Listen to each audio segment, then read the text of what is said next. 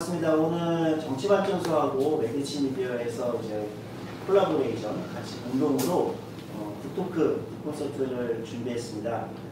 가장 최근에 이제 발간된 책인데요. 한국정치 리부트. 사실 부제가 저는 개인적으로 더 좋습니다.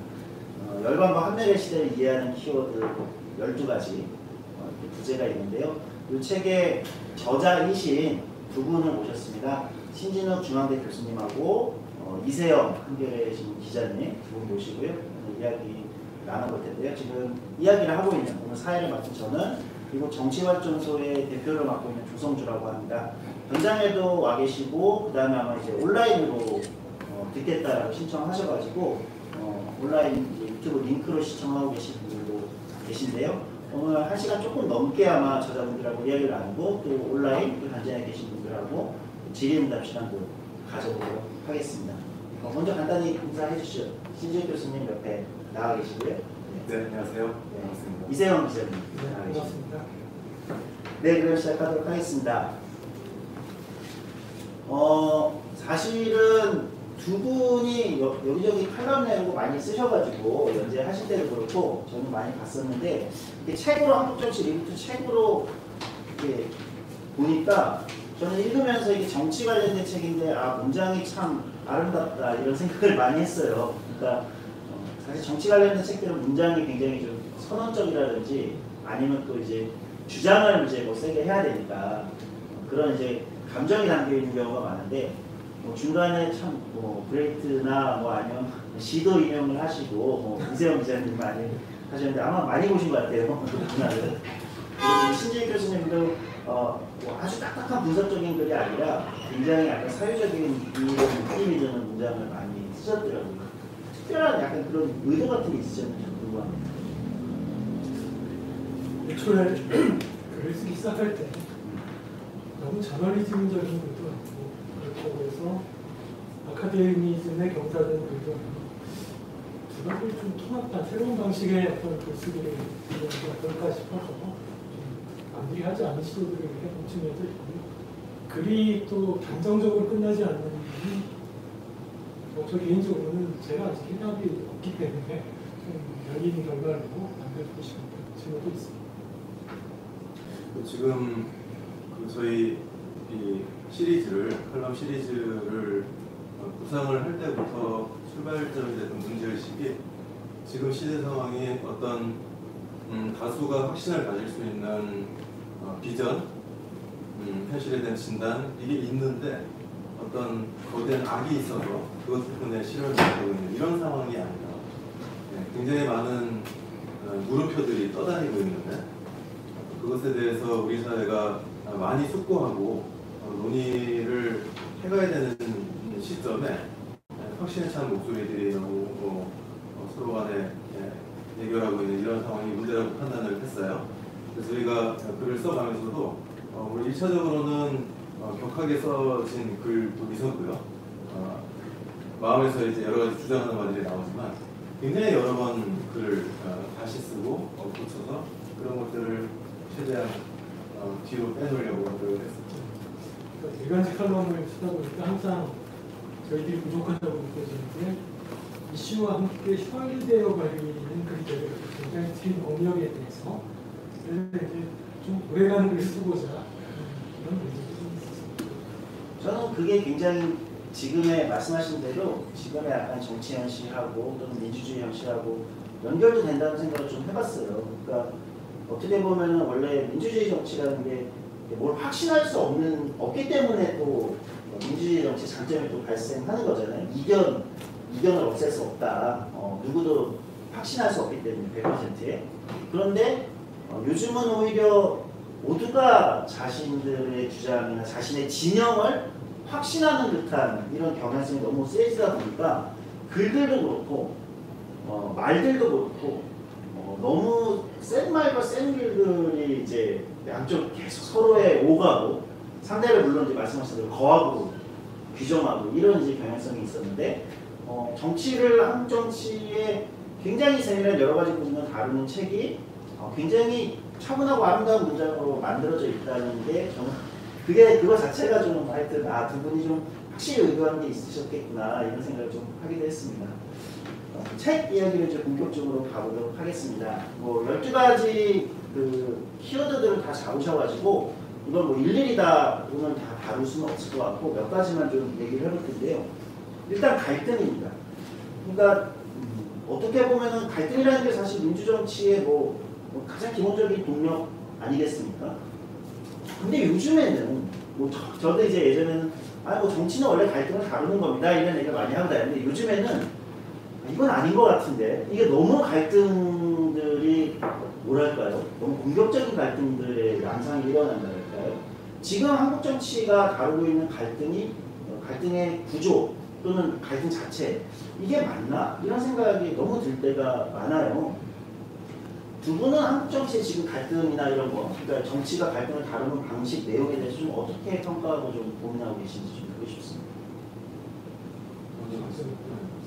어저께인가요? 유승민 의원이 적절한 말씀하셨더라고요. 지금의 뭐 정권은 이권 카르텔이라는 용어를 남발하면서 시민단체 노조, 학원을 공격한다. 제가 볼 때 선상진단은 올바르다고 생각을 하고요. 근데 지금의 갈등은 정권이 주도적으로 설정한 갈등이라는 생각이 들어요. 취임 초에는 통합이 강조했는데 이게 지금 그 인사나 외교, 또 재난관리에서 실패를 하면서 정치의 위기가 오니까 다시 이제 대선 당시에 포퓰리즘 전략으로 회귀를 하고 있는 거 아닙니까?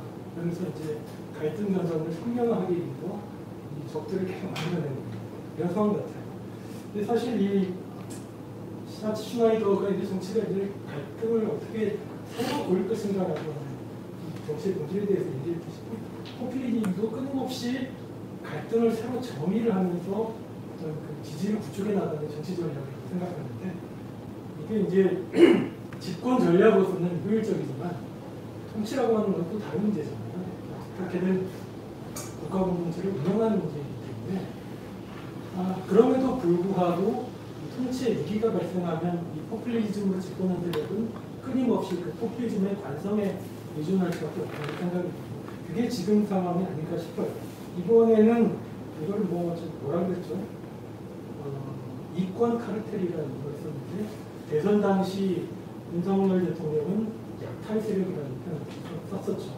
어떤 사람들이나 86 정치인들, 친문 세력, 노조, 정규직, 시민단체, 또 외국인, 또 특히 중국 이런 그 다양한 안팎의 세력과 주체들을 이렇게 약탈 세력으로 흠명하는 전략을 취했었는데 이게 이번에는 이제 이권 카르텔이라는 용어로 바뀌었을 뿐이고 거기에 최근에는 이제 석유 시장에 이제 학원 그 사업자들 이들이 새로 끼어들어간 것 같아요.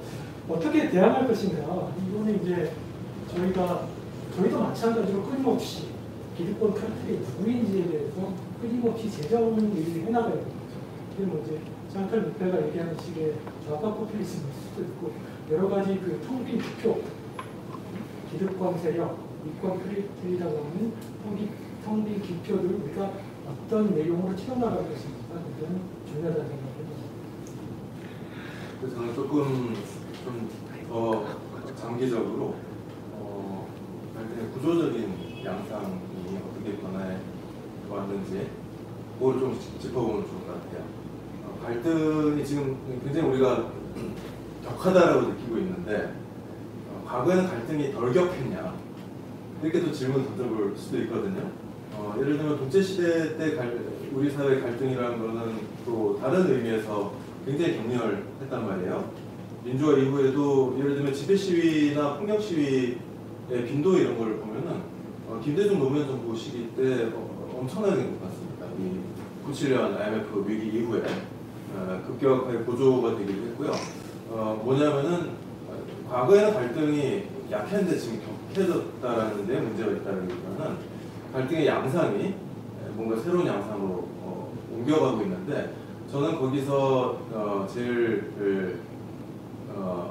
중요한 포인트가 이 정치적인 갈등이 사회 구석구석까지 스며들어서 이 사회가 갈등으로 내파되는 그런 측면이 있는 것 같다는 거야. 왜 그렇게 되는지를 이게 정치하고 밀접한 관련이 있는 건데 왜 그렇게 되는지 생각을 해보면 지금 셔슈나이더 말씀을 하셨지만 사회는 항상 갈등이 다중적인 갈등이 있지 않습니까? 그 다중적인 갈등 중에서 더 중요한 갈등과 덜 중요한 갈등의 위계를 설정하고 그거에 따라서 공적인 자원을 투입하고 이것이 정치다 뭐 이렇게 이야기를 하지 않습니까? 그럼 과거에도 마찬가지였는데 지금 시대에 와서는 몇 가지 변화가 있어요. 하나는 과거에 구조적으로 존재하기만 했던 어떤 사회적인 균열들이 이제 점점 더 집단행동으로 올라옵니다. 네, 그리고 그게 이런 미디어 정보사회 조건에서 가시화가 돼요. 많은 사람들한테 정규직, 비정규직 갈등, 자산격차, 그 다음에 주택 보유자와 임대생활자, 남성과 여성 이 모든 갈등들이 모든 사람들이 다 보이는 시대가 된 거죠. 심지어 뭐 인스타그램, 페이스북 이런 다 이제 그렇습니다. 예, 사람들 스스로가 그걸 증폭시키고, 그죠? 자기의 관점에서 내가 의리다라고 느끼는데, 그 사람이 가비는 어떤 측면에서 또 다른 사람이 자기가 의리라고 얘기를 하거든요. 그러니까 모든 사람들이 자신이 경험하고 있는 사회의 갈등적인 요소들을 사회 전체의 공론으로 만들어가는 그런 과정들이 매일매일 일어나고 있다는 거죠. 거기에 더해서 과거에는 가시화되지 않았던 갈등들도 지금 다 드러나지 않습니까? 예를 들면 페미니즘을 둘러싼, 네, 그 다음에 비거니즘을 어떻게 볼 것이냐, 또 생태적인 이슈에 관련된 굉장히 이제 새로운 아주 많은 갈등들이 사회 전체에 항상 이렇게 공론적화되고 집단화된 방식으로 떠다니게 됩니다. 이런 조건에서는 정치 세력이 특히나 한국 같은 대통령제 양당 구도에서 어느 특정한 사회 집단을 특정 정당이 대변한다는 것이 불가능한 상황이 됩니다. 왜냐하면 갈등의 축이 워낙 다중적이고 이쪽에서 우리인 사람들이 다른 이슈에서는 갈라지게 되는 거죠. 네, 이건 이제 학문적으로 교차균열이라고 이야기하는데 이런 교차균열 상황에서 예를 들면 민주당은 그럼 누구를 대변하는 정당이냐, 국민의힘은 누구를 대변하는 정당이냐. 그러니까 정당이 사회 집단의 갈등을 대변하고 조정해야 된다는 원론이 상당히 그럴 법한데 지금 시대는 공허합니다. 네, 그러다 보니까 정당들은 그때그때 이런 갈등들을 정치적으로 동원하고 소모하고 이용하는 데 훨씬 더 매력을 느끼게 됩니다. 네, 그리고 그와 같은 과정 속에 동참하는 사람들이 있게 되는 거고요. 네, 그런 과정 속에서 이제 사람들이 매일매일 이런 갈등 저런 갈등에 휩싸여서 살게 되는 그런 현실에 있는 것이 아닌가 생각이 들어요. 그러니까 지금은 말 그대로 전통적인 의미의 아까 말씀하셨을 때 정당들이 갈등을 뭐 이렇게 크게 키워가지고 샤치 슈나이더가 얘기했듯이 갈등의 규모를 키워가지고 갈등의 강도는 그럼 약화되고 그래서 그걸 통합해내고 뭐 이렇게 하는 게 아니라 상황에 맞게 갈등을 동원하고 소모하고 이렇게 가버리니까 굉장히 피로감이 커지는 듯한 그렇습니다. 네, 이런 상황이 생기고 있는 것 같다 이런 생각이 들고요. 원래 다음은 이제 호남 뭐 민주당 얘기를 하려고 했는데 방금 이제 갈등 얘기를 하면서 이제 포퓰리즘 얘기가 나와서 포퓰리즘 얘기를 좀 가볼게요. 포퓰리즘 얘기를 안 짚고 넘어갈 수가 없을 것 같아요. 그러니까 참 특이한 현상인데 왼쪽에서 오른쪽에 대해서 포퓰리즘이라고 얘기하기도 하고 오른쪽에서 다시 왼쪽에 포퓰리즘이라고 얘기하기도 하는 서로가 서로를 포퓰리스트라고 지금 공격하는 상황. 그리고 좀 전에 이제 그 윤석열 대통령의 발언에 이제 기득권 카르텔. 사실 이게 이제 책에도 지적하셨지만 카스무대 이런 사람들이 지적하는 좀 이게 사실 포퓰리즘 용어긴 하잖아요. 네. 기득권과 보통 사람들의 이걸로 나눠져 있다. 이게 이제 소위 포퓰리즘이 가진 어떤 이데올로기다 이렇게 구조다 이렇게도 보기도 하는데 한국만의 현상도 또 아닌 것 같아서 이게 어떻게 보시는지. 그러니까 이제 이 포퓰리즘적 현상이 한국에서 굉장히 강하게 최근에 나타나고 있고 전 세계적으로도 포퓰리즘이 뭔가 민주주의를 위협하고 있다 이런 얘기들이 있는데 그에 대해서는 좀 어떻게 보시는지 좀 들어보고 싶습니다. 제가 먼저 할까요? 네. 포퓰리즘이 뭐냐를 정의 내리기가 굉장히 힘들거든요. 그게 힘든 제일 큰 이유는 우리가 하나의 개념으로서 사용하는 용어가 동시에 정치적인 수사로서 빈번하게 사용될 때는 거기에 부착된 사회적인 의미들이 있기 때문에 사회적으로는 이런 의미로 통용되고 있지만 나는 다른 뜻으로 사용하겠다 이렇게 선언을 해봐야 예, 혼자 사는 말이 되니까 정의가 굉장히 힘들어지는 거예요. 그런 거를 우리가 배경으로 해서 아주 큰 틀에서 둘로 나눠서 얘기를 해보자면은 비난의 뜻으로 뭐 대중영합주의라든지 내지는 어떤 정치적인 무책임성이 있는 주장이다. 뭐 이런 의미로 포퓰리즘을 사용을 하기도 하죠. 그거와는 구분되는 조금 더 중립적인 의미로 이야기를 해보자면 방금 말씀을 해주신 것처럼 어떤 일반 의지 내지는 피플의 의지라고 하는 것이 존재한다라는 가정이 있는 거죠. 그게 가장 중요한 출발점이 되는 거고요. 근데 이게 중요한 이유가 뭐냐면 우리가 국민의 뜻이다, 인민의 뜻이다, 뭐 민중의 뜻이다라고 할 때 단어는 단수형이지만 거기에 실제 사람은 굉장히 많은 사람이 있잖아요. 그러니까 하나의 의지가 아닌데 하나의 집단적 의지가 있는 것처럼 가정을 하는 게 포퓰리즘의 출발점인 거고요. 그 가정 위에서 이제 엘리트와 우리 또 기득권과 보통 사람들 여기에는 이제 어떤 불의, 부정의의 관념이 반드시 포함이 되어 있는 거죠. 그들은 특권층이고 너무 많이 가졌고 우리를 착취하고 있고 뭐 등등의 이런 개념인 것인데 이런 의미에서의 포퓰리즘은 사실은 민주주의의 본질적인 요소라는 거죠. 민주주의라는 게 데모스가 통치한다는 뜻이지 않습니까? 그 데모스라고 하는 게 아까 말씀드린 것과 똑같이 단수형 명사인데 집합적인 의미가 있는 거잖아요. 데모스의 뜻대로 통치를 하는 거다라고 하는데 데모스의 뜻이 뭔지를 모르니까 그걸 알기 위해서 선거도 하고 뭐 여러 가지 복잡한 수구의 정치의 제도들을 우리가 복잡하게 만들어 내는 것인데 그런 의미에서 포퓰리즘적인 요소가 민주주의의 본질적인 부분이다라는 거. 여기에서 이제 어려움이 생기는 것 같아요. 모든 민주주의 정치는 포퓰리즘적인 에너지가 있습니다. 그게 있어야만 민주주의 정치를 하는 거고 우리가 국민을 대변하니까 우리를 찍어달라고 이야기를 하지 않습니까? 그런데 다른 한편으로 바로 그 민주주의의 본질적인 요소에 민주주의를 파괴시킬 수 있는 위험성이 동시에 있다라는 거죠. 여기에 어떤 포퓰리즘에 대단히 우리가 다루기 힘든 양가성 이런 것들이 있는 게 아닌가 하는 생각이 들어요. 좀 이어서 말씀해 주실 수 있을 것 같아요. 예전에 포퓰리즘을 이제 종교에서 소종파 운동에 비유를 한 적이 있는데 책에서도 그렇게 쓰셨더라고요. 그러니까 종교적 열정이든 정치적 결정이든 그것이 제도화되는 과정에서는 어떤 항상 억눌려지는 욕망들이 생기는 거죠. 정치에 있어서는 누구든 정치에 참여해서 자기가 주체가 되고 싶어하고 목소리를 내고 주도를 하고 싶은 욕망들이 있는데 그 열망들이 그대로 허용이 되다 보면 아까 말씀하셨듯이 민주주의 자체를 또 위험에 빠뜨리거나 소요를 일으킬 수 있는 요소들이 있기 때문에 항상 억눌리게 되는 거죠. 근데 이게 이제 소종파 운동도 마찬가지. 항상 신과 합의를 이루고 자기가 직접 세계의 끝을 알고 싶고 여러 가지 열망들이 있는데 그 자체는 항상 어떤 종교가 제도화되는 과정에서는 역시 걸러져야 하는 것들이죠. 근데 이것들이 항상 어떤 계기들을 만나면은 밖으로 분출되는 거라고 생각해요. 이게 이제 종교에 있어서는 이른바 이단이라고 불리는 소종파 운동이 그런 사례가 될 수 있을 테고 정치에 있어서는 저는 그게 민주주의에서는 포퓰리즘이라는 생각이 드는데 이것들은 항상 동반되는 관계 같아요.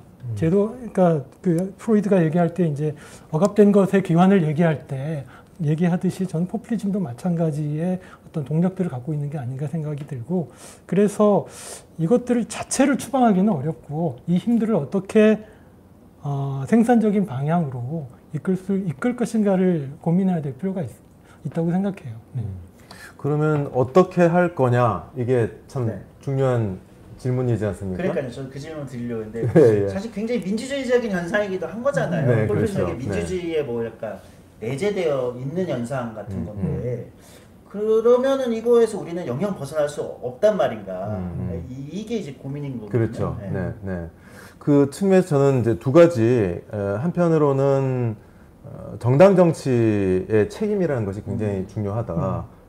저는 이 팬덤 정치라고 우리가 부르는 그 현상도 그렇고 포퓰리즘이라고 부르는 그 현상도 공통적으로 어떤 거대한 역설이 그 안에 있는 것 같아요. 뭐냐면 이게 한편으로는 민주화의 지표이자 결과이기도 하면서 동시에 민주주의를 파괴하는 새로운 힘으로 등장을 했다라는 거죠. 그러니까 사람들이 스스로 어떤 사람을 대통령으로 만들기 위해서 모임을 만들고 제도 정치에 압력을 가하고 이럴 수 있다라는 것 자체가 민주화의 하나의 모습인 거거든요. 근데 바로 그것 때문에 지금 민주주의가 위협을 받는 측면도 있는 거지 않습니까? 그래서 이런 조건 위에서 중요한 것이 정당 정치의 행위자들이 이와 같은 아래로부터의 정치적인 열정이 이게 나쁜 건 아니잖아요. 그렇죠. 내가 지지하는 사람을 정치적인 리더로 만들고 싶다.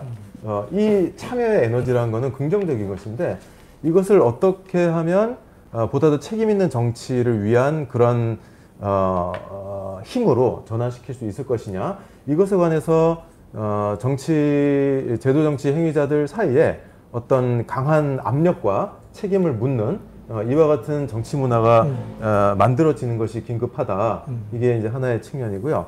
다른 하나는 유권자들의 정치 문화가 성숙해 있지 않으면 제도 정치 행위자들의 행동의 반경 자체가 저는 극도로 좁아진다는 생각이 들거든요. 그러니까 이것도 역시 민주화의 결과인 것인데 그 욕망에 굴복할 수밖에 없겠죠. 그렇죠. 보수 정치가 더 이상 아니지 않습니까? 네. 정치 시장에서 살아남아야 되는데 자기를 열정적으로 지지해 주는 사람들한테 그러지 마 이럴 수가 없는 거란 말이에요. 그러니까 이 시민들 내에서 우리가 민주주의다 아니면 권위주의다 이런 단순화된 이분법을 분명히 넘어서야 되는 때가 왔다고 저는 생각을 해요. 어떤 민주주의냐, 우리 사회가 어떤 민주주의를 만들어야 될 것이냐에 대한 풍부한 공론장의 담론이 있어야 되고 그것이 사람들에 의해서 실제로 훈련되어야 한다.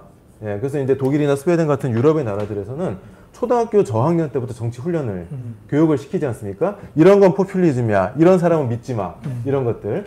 이게 한국 사회에서도 좀 많이 확산이 됐으면 좋겠어요. 저는 엊그제 이번에 민주당의 혁신위원장 후보로 거론됐던 분 중에 김태일 교수님, 저기 영남대 정치학과 교수님, 지금 명예교수시죠.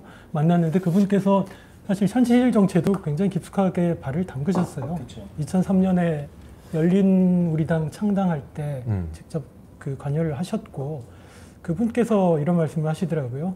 당시에 고민했던 게 그 유럽의 대중정당 모델과 당원이 중심이 된 대중정당 모델과 미국식의 그 원내정당 모델을 결합을 시켜서 어떻게든 참여를 활성화시키면서 또한 그 시민사회와 정치사회의 괴리도 막아보는 이런 새로운 정당 모델을 고민을 했는데 그게 결국 지금까지 와버렸다. 이 수준까지 와버렸다. 이러면서 굉장히 아쉬워하셨는데 저는 요즘 이제 거기에 대한 또 하나의 대안으로 그래서 얘기되는 게 이제 어떤 분들은 미국식의 원내정당 모델로 가야 된다. 그러면서 원내 대표단이 최고의 권위를 가지고 의원총회가 모든 최고 의사결정 기구가 되고 또 이게 이제 또 그 의원들만의 기구로 가서는 안 되니까 또한 이제 오픈 프라이머리와 같이 결합을 시켜서 이쪽 방향으로 나가야 된다라고 말씀을 하시는데 그래서 모르겠어요. 미국 정당 모델이 그렇다고 해서 포퓰리즘으로부터 정치를 방어하는 더 이상 아니죠. 최근에 뭐 티파티의 모델도 있고 트럼프 모델도 있고 그렇죠. 그런 상황도 아니기 때문에 저는 뭐 대안이 어디인지는 잘 모르겠어요. 근데 뭐 항상 그 차악을 선택하되 거기서 비롯되는 문제점들에 대해서는 지속적으로 비판하고 또 일상 속에서 그것을 교정하기 위해서 끊임없이 개입을 하고 이런 것들이 필요한 게 아닌가. 말씀하신 대로 세계적인 현상인 것 그렇죠. 같기도 합니다. 그게 세계적으로 저는 민주화의 역설이 나타나고 있다는 생각이 들거든요. 그러니까 미국의 경우도 민주주의는 어떻게 무너지는가 번역된 책도 있지 않습니까? 거기서 하는 이야기도 정당 정치가 어떤 책임성을 갖고 결정을 내리지를 더 이상 못하는 그런 시대가 됐다 이런 얘기를 하는데 그런 것들이 왜 그렇게 됐는가 생각을 해보면 유럽도 마찬가지고 전 세계적으로 역설적이게도 시민들의 임파워먼트, 참여의 열정과 참여의 스킬과 역량과 이와 같은 것들이 21세기에 오면서 이제 엄청나게 높아진 거죠. 그러면서 이제 과거의 그런 어떤 정당 모델, 대변의 모델 이런 것들이 더 이상 통용될 수 없는 시대가 된 면이 있는 것 같아요. 그래서 마찬가지로 민주화의 역설을 얘기하셨는데 전 세계적으로 저도 전 세계적인 현상이라고 생각이 들거든요. 그래서 최근에 그 이안 사피로의 책임정당 그 책에 보면 이제 무죄를 그렇게 잡았더라고요. 그렇죠. 저는 참 흥미로운데 민주주의로부터 민주주의 구하기. 그러니까 약간 이게 굉장히 이상한 이제 역설처럼 보이지만 지금의 현상이라는 게 굉장히 민주주의적인 현상이기 때문에 그 자기 파괴적인 어떤 것들을 내재하고 있고 그렇죠. 그거를 어떻게 우리가 넘어가지 않을 거냐 거기까지 안 가게 하는 물론 이제 그게 규범이냐 아니면 행위자들의 무엇이냐 아니면 정당의 강화냐 뭐 여러 가지가 있을 수는 있을 것 같은데 말씀하신 대로 이게 민주화의 역설이다라는 걸 우리가 받아들이는 게 좀 필요할 것 같아요. 특히 한국에서는 민주주의라는 건 어떤 신성적 무엇 아닙니까? 네. 약간 좋은 모든 것들의 집합처럼 되어 있잖아요. 그런 한국에서는 또 특히 그런 것 같고 그런 생각했습니다. 그리고 아까도 말씀하신 2003년 열린우리당 정당개혁 네. 그러니까 그것도 한번 우리가 재평가를 해봐야 되겠다 이런 생각이 들어요. 요즘에 뭐 미국은 다 68년 시카고 민주당 전당대회에서 모든 일들이 시작됐다 이렇게 얘기하잖아요. 정당개혁에서부터 뭔가 실패가 일어난 거 아니냐 그렇죠. 이런 것처럼 그런 이제 생각도 듭니다. 마찬가지로 두 저자분께서 이제 포퓰리즘이 굉장히 내재된 현상이라고 하셨는데 그럼에도 불구하고 민주주의적인 어떤 그 현상이기도 한데 가장 위험한 점은 사실은 다양성을 억압할 위험성이 있다는 거 아닐까요? 다원주의와 좀 충돌한다.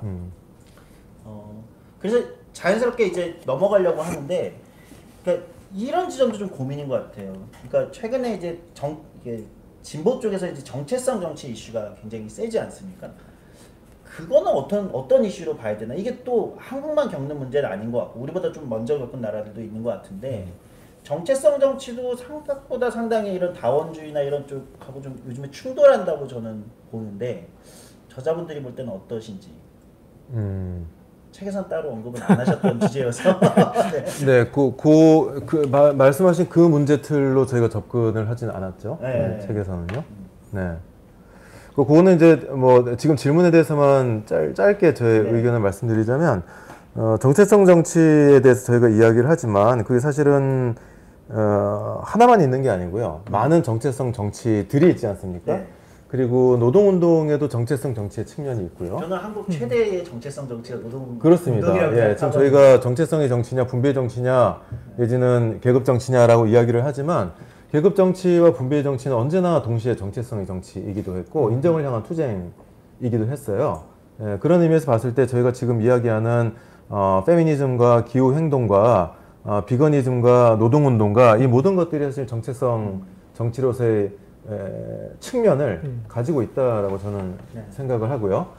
그런 의미에서 봤을 때 정체성 정치라고 하는 것 자체가 민주주의를 더 촉진시키거나 내지는 부식시킨다, 내지는 다원성을 더 확대하거나 내지는 억압한다 이런 식으로 이야기할 수는 없을 것 같다는 생각이 듭니다. 네, 그러니까 민주주의가 그러하듯이 정체성의 정치도 마찬가지로 정체성 정치가 우리 사회의 다원성과 자유의 영역을 더 확대하는 정체성의 정치가 되기 위해서는 어떤 정체성의 정치가 되어야 할 것이냐라는 방식으로 질문을 던지는 것은 어떨까 하는 생각이 들어요. 맞습니다. 네.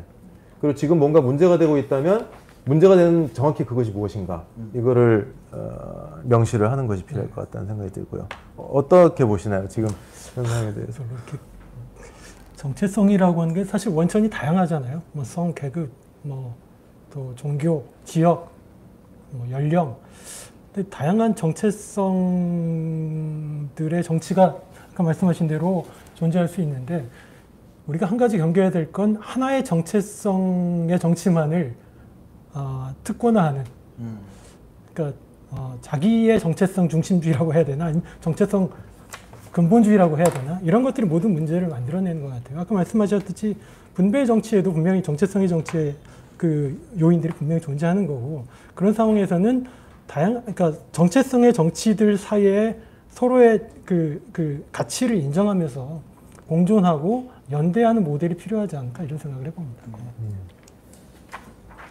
지금 네. 질문을 하셨던 그 고민이 그냥 제 짐작일 뿐인데 어떤 고민이실지 그냥 짐작은 되는 부분은 있어요. 예, 그러니까 이 페미니즘 운동이든 아니면 뭐 생태주의적인 운동이든 과거의 노동운동이나 사회주의 운동이나 이런 운동이 그러했듯이 그렇죠. 예, 많은 그런 사회의 인저스티스 거대한 불의라고 하는 것을 전제로 해서 시작되는 그런 싸움들이 항상 안고 가는 어떤 부분이 있다는 생각이 듭니다. 네. 여기는 타파되어야 되는 분명한 현실이 있는 것인데 그 적이 누구인지는 명확하지 않기 때문에 적이 아닌 사람이 적으로 몰릴 때도 있는 거고요. 진짜 적은 멀쩡하기도 하고요. 이런 부분들이 있는 것 같습니다.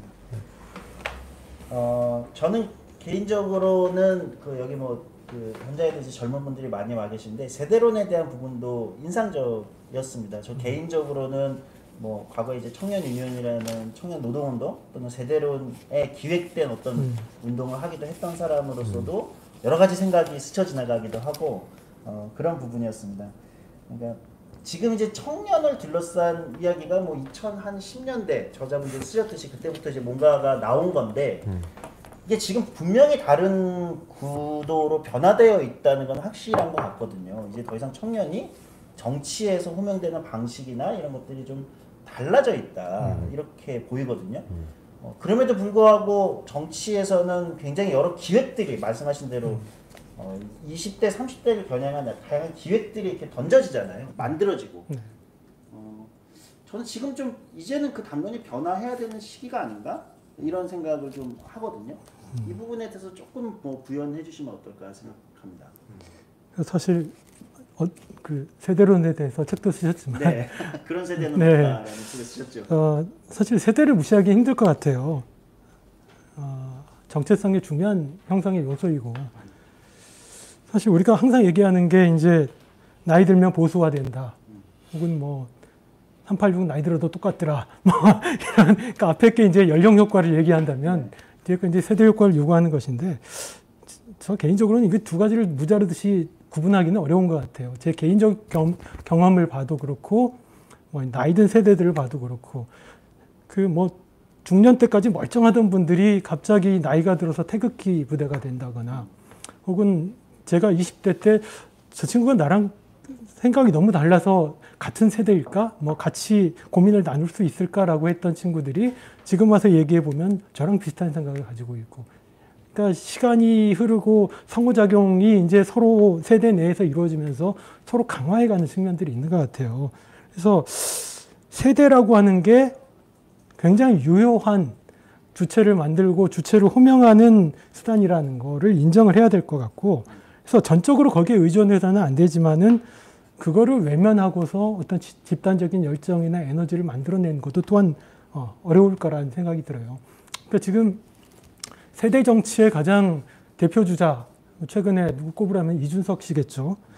근데 뭐 아까 말씀하셨듯이 이준석 씨의 이제 선거 전략은 2030을 30과 60대 이상을 묶어서 뭐 이제 40대, 50대를 포위하는 이 과정에서 이제 혐오가 수단화되고 증오가 동원되고 이런 것들이 굉장히 큰 문제인데 저는 이런 이른바 진보와 리버럴도 세대 정치를 무시할 수는 없는데 전략 자체는 달라야 한다는 생각이 들어요. 그러니까 주체와 전략 자체가 세대보다 계급에 어떤 의미에서는 중점을 두되 말씀하신 대로 이제 사회 지속 가능성이나 미래 전략 차원에서는 다른 차원의 세대 호명 전략이 필요하지 않을까라는 생각이 들고요. 그래서 이준석 씨의 세대 정치는 우리가 살기 위해서는 저들의 것을 뺏어와야 된다. 저들의 주류 지위를 박탈해야 된다는 건데 그게 아니라 이른바 이제 계급 간의 대타협과 비슷한 방식의 세대 타협? 이 타협이라고 하는 건 항상 이제 분배 문제를 두고 벌어지는 건데 세대 간의 분배 정의를 형성하기 위한 여러 가지 다양한 전략들 세대 타협이 될지 뭐 세대 간의 연대가 될지 이런 것들이 사실 필요할 것 같고요. 특히 이제 연금 문제도 그렇고 특히 이제 조세 부담 문제 이런 다양한 이슈에서 세대 간의 어떤 분배 정의 문제를 우리가 선도적으로 던져야 할 필요성도 있고 언젠가 그 계기가 오게 되지 않을까 이런 생각을 해봅니다. 세대론의 가장 비판적이셨던 신진우 교수는 어떻게 생각하십니까? 그 책 제목이 그런 세대는 없다이지 않습니까? 이 세대는 없다가 아니거든요. 네, 세대론의 비판적인 게 아니라 세대 연구의 관점에서 지금 세대의 설정의 세대 담론의 문제를 지적을 하고 싶은 거고요. 사실 저는 뭐 세대 연구를 계속 해왔고 여기 저기 청년 유니온의 창립 멤버이시지 않습니까? 2010년대 중반까지 저는 세대 담론에 어떤 문제도 느끼지 않았어요. 예, 저는 그 과정에 초기부터 관심을 갖고 계속 연구도 하고 이 지지를 해온 입장에서 근데 제가 2010년대 후반에 오면서 왜 세대 담론에 대한 강렬한 비판자가 되었는가? 그 이유가 지금 말씀하신 것처럼 세대 담론과 세대라는 의제 영역의 정치적인 지형이 근본적으로 바뀌었기 때문인 거예요. 맞습니다. 예, 제가 세대론의 반대를 하는 것이 아니라 지금 세대 담론의 지형이 안 좋은 쪽으로 넘어간 거죠.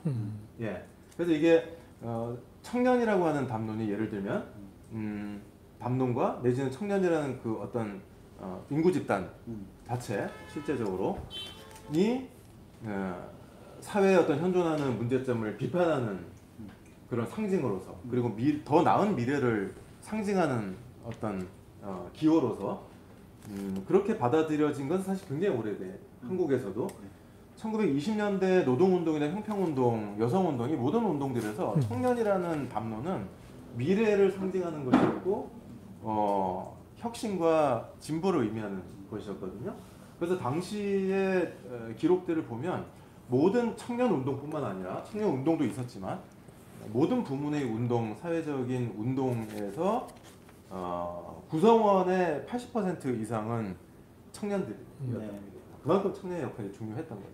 그러니까 한국에서도 민주화 이후에 청년과 기성세대 이른바 그런 세대적인 정치 균열이 일어나기 시작한 게 노무현 대통령 당선되는 그때부터 본격화된 것이지 않습니까? 물론 그전에도 세대 균열이 있긴 했지만 2000년대 초반 들어오면서 그게 본격화가 됐었고 그 흐름 위에서 2010년에서 가장 중요한 사건이 청년 유니온의 설립이었다고 저는 생각을 해요. 그게 우리나라 사회 운동에 21세기 사회 운동의 새로운 웨이브를 역사적인 웨이브를 만들어낸 전환점이 되는 사건이었다고 저는 해석을 하고 있거든요. 거기에서 청년이라는 것은 우리 사회 불평등의 당사자들이 그 불평등을 타파하기 위한 운동의 주인공이 된다. 예, 기존의 그 무슨 586인 386 당시에 아니면 노동운동의 선배들이나 이분들이 만들어놓은 조직에 들어가서 이분들이 해오던 방식으로 하는 것이 아니라 문제의 당사자들이 현실을 바꾸는 주인공이 되겠다라는 문제의식이 거기에 있는 것이지 않습니까? 거기에 플러스 이 청년이라고 하는 담론이 이 사회에 뭔가 호소력이 있다. 예, 보편성을 갖는 이런 전략적 가치 이런 것들이 있었단 말이에요.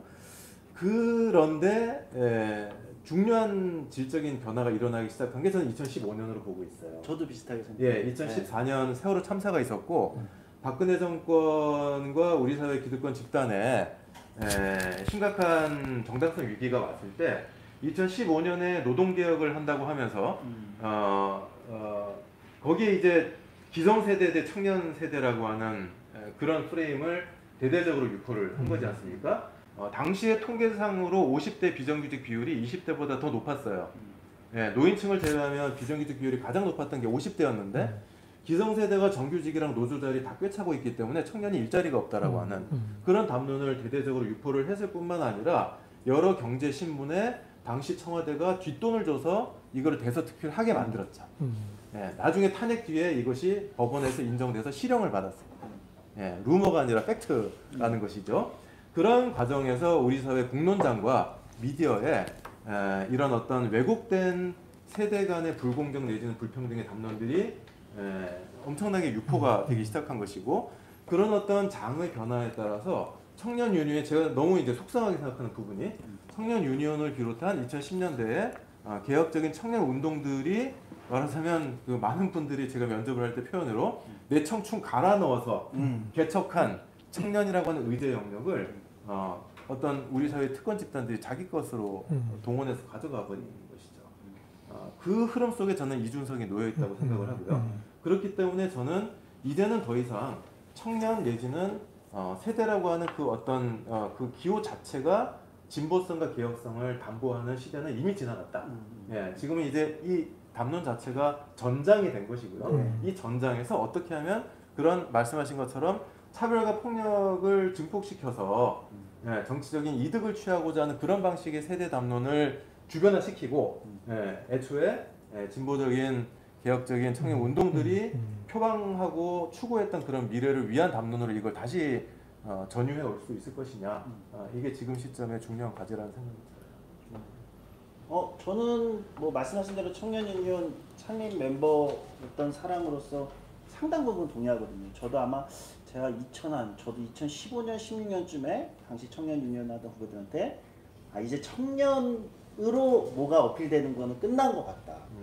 여기가 이제 오히려 굉장히 계급적인 어떤 싸움의 전장이 된 것 같다. 이런 얘기를 건넸던 기억이 있는 것 같아요. 그리고 그 이후에는 아마 이제는 세대 내에서의 이 쟁투랄까요? 어떤 가치와 어떤 분배마저도 거기서 둘러싸고, 뭐 문재인 정부 때 있었던 인천공항 비정규직 정규직화 논란이 전형적으로 뭔가를 보여준다고 생각하거든요. 그런 생각으로 좀 변했다 이런 생각이 드는데, 그럼에도 불구하고 이제 확실히 그런 건 있지 않습니까? 이제 일종의 한국 사회가 저성장의 인구 구조가 이제 이렇게 돼버리면서 아까 이세영 기자님이 얘기하셨던 세대 간 타협은 이거 자체는 뭐랄까요? 진보 보수를 떠나서 사회를 유지시키기 위해서는 반드시 필요할 수밖에 없는 상황이 돼버린 건 아닐까 이런 생각은 또 한편 들긴 하거든요. 이거는 진보의 의제, 보수의 의제가 아니라 약간 사회를 어쨌든 계속 지속 가능하게 만들기 위해서는 세대 간 타협은 고민할 수밖에 없는 거 아닌가? 조금 더 이런 쪽에 우리가 고민을 더 기울일 필요가 있지 않나 이런 생각은 좀 들긴 하거든요. 어떻게 뭐 말씀하신 것 같고 연금 문제네요. 네. 연금도 있고 조세 부담 문제도 있고 또 이제 뭐 녹색 탄소 중립 문제도 있을 수 있고 여러 가지 생태 이슈에 있어서도 마찬가지라는 생각이 들어요. 더 중요해질 것 같다는 생각을 해봅니다. 이런 부분에서 저는 지금 조성주 대표께서 이 이슈를 꺼내주셔서 참 반가운데요. 여기에 관한 저희 아까 뭐 민주주의에 대한 것도 그렇고 단순한 인식이 제일 위험하지 않습니까? 예, 그러니까 지금 연금이나 뭐 기후나 뭐 여러 가지 여기에 대해서 우리 사회가 좀 더 풍부하고 깊은 이해까지 도달하는 것이 저는 대단히 중요하다는 생각이 들어요. 그래서 연금이나 좀 더 넓게 보자면 인구 고령화의 결과를 생각을 해본다면 이거는 분명히 세대와 세대의 문제임은 틀림이 없거든요. 근데 여기에서 우리가 반드시 방지하고 극복을 해야 되는 것이 특정한 세대 집단이 수혜자 집단이고 다른 세대 집단이 피해자 집단인 것처럼 이걸 인식하기 시작하면 어떤 세대 간의 연대도 가능하지 않다라는 것이죠. 그럼 예를 들어서 노인 세대인 분들이 내가 낸 세금으로 보육복지, 교육복지 거기 돈 들어간 거 다 계산해보자. 내가 애 키울 때는 한 푼도 국가에서 받은 적 없고 이렇게 나오기 시작하면 다 안 되는 거지 않습니까? 타협이 안 되는 거죠. 안 되는 거죠. 그러니까 우리가 어떻게 하면 이 사회의 공동의 부를 공존을 위한 방식으로 분배할 수 있을 것이냐 이거에 관해서 적대적이지 않은 방식으로 풀어가는 것이 좋겠다 이런 생각이 들고요. 기후 문제는 사실 그런 게 있습니다. 이거는 그 저희 김병권 선생님이나 이런 분들께서 탁월하게 지적을 해주셔서 저도 각성을 하게 된 부분인데요. 기후 위기는 미래 세대를 위한 책임이다라는 얘기가 로마 클럽 보고서가 나올 때는 맞는 말이었어요. 네, 미래의 문제였으니까요. 근데 지금 그 담론이 대단히 위험하다는 겁니다. 지금 기후 위기는 이미 도래해 있고 지금 당장 전 사회적이고 국가적으로 대응하지 않으면 불과 10년, 20년 뒤에 우리는 재난을 막을 수가 없는 상황인데 이것이 미래 세대를 위한 책임이라고 말하는 순간 조금은 지금 당장 뭔가를 해야 되는 문제는 아닌 것처럼 사람들이 착시를 하게 되는 위험이 있다는 것이죠. 예, 그런 것들도 우리가 기후 문제를 지금의 커가는 세대의 문제다라고 말하는 것에 위험성이 있다. 그런 생각이 들었어요. 그렇군요. 네, 넘어가도록 하겠습니다. 저는 개인적으로 조금 그 고민이 들었던 건 여기 이제 앞부분이었던 것 같은데 이제 호남에 대한 설명에서 물론 이제 무릎을 치기도 했는데 그러니까 호남이 그러니까 민주당과의 관계에서 뭐 그렇게 표현하시면 리버럴과 이제 호남 이렇게 해서 이제 전략적 동맹이었다가 나중에는 이제 하위 파트너가 됐다. 호남에 정치하시는 분들이 이제 기분 나빠하실 수는 있을지 모르겠지만 하위 파트너가 됐다. 그러면서 일종의 뭐랄까요 이제 어떤 이익 공동체 같은 게 정치적으로 만들어진 건데 근데 저는 조금 고민인 게 네. 최근에 호남은 좀 달라지고 있는 거 아니냐. 지난 대선 총선도 그렇고, 그러니까 복합 이게 이세영 기자님 네. 챕터였는지 복합 쇼핑몰 네, 10개가 맞습니다. 들어와도 맞습니다. 해소되지 않을 거다라고 했는데 저는 복합 쇼핑몰 10개면 넘어갈 것 같은데 사실 바로 그런 사실 생각이 들었거든요. 왜냐면 네. 지금 호남이 달라지고 있는 거 아닌가 이 생각이 너무 명확히 들고 이준석 대표 같은 경우도 이제 5.18 이제 사실은 저는 그건 굉장히 용기 있는 거라고 생각하거든요. 물론 네. 저와 가치 지향이 다르지만 굉장히 용기 있게 이제 5.18 관련돼서 발언하고 이런 것들이 그래서 좀 정말 복합 쇼핑몰 10개 들어와도 안 바뀐다고 생각하십니까? 그러니까 저는 그 복합 쇼핑몰이라는 그 화두 자체가 그러니까 사이비 의제 같아요. 그러니까 호남에 대한 사회경제적 배제의 상징으로 그러니까 우파들이 만들어낸 게 아닌가 이런 생각이 들거든요. 저는 그게 제일 처음 등장한 게 조기동 씨 책 같아요. 네. 그 전라디언의 굴라인가요? 네. 거기서 아마 복합 쇼핑몰 하나 없다. 여기에 대해서 청년들과 뭐 지역 호남 사람들의 박탈감과 불만이 크다.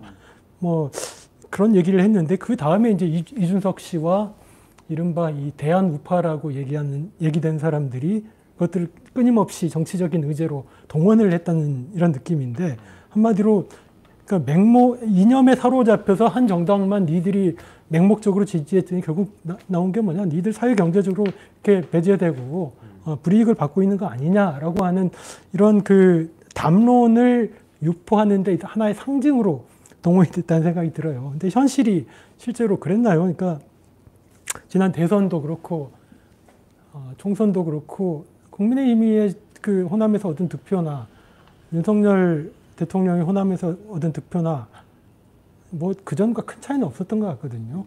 그리고 제가 지난주 갤럽 지지율을 봤더니 호남에서 윤석열 대통령의 지지도는 10%대 초반에 여전히 머물러 있고 정당 지지도도 민주당 44, 무당파 40, 정의당 12, 국민의힘 5.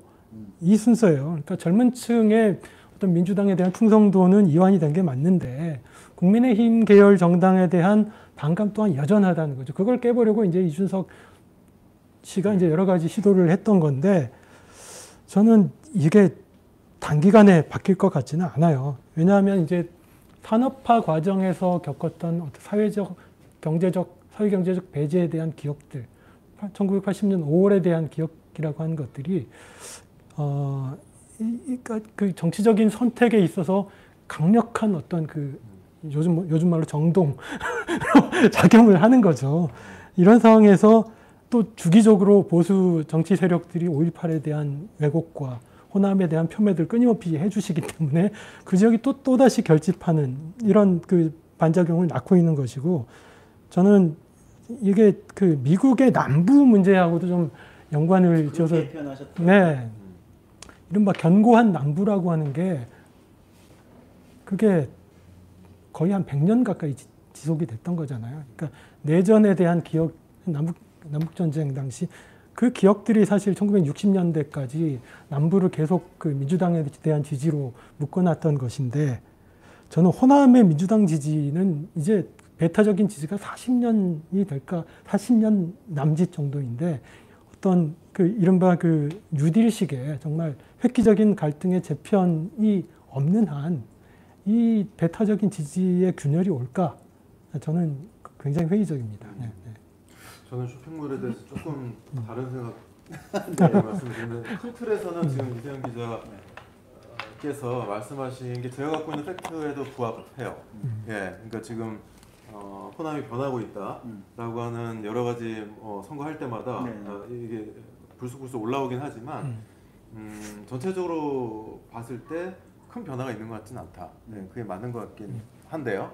하지만 뭔가 잠재적으로 변화는 상당히 진행되고 있는 면도 있다라는 생각이 들거든요. 그게 지금 국힘이기 때문에 그게 가시화되지 않은 지금 대통령이 윤석열이기 때문에 가시화되지 않은 만약에 이준석 대표라면 유예되고 있는 네. 그런 것이 아닐까 하는 그냥 심증이에요. 일 수도 있다라는 그 변화가 뭘까 제가 나름대로 정리한 거는 두 가지인데요. 그 중에 하나는 시대적인 변화고 다른 하나는 세대적인 측면인데 이 둘은 서로 연결이 되어 있을 거고요. 시대적인 변화라는 거는 방금 말씀하셨던 5.18과 이 집단적인 역사적 기억이지 않습니까? 네.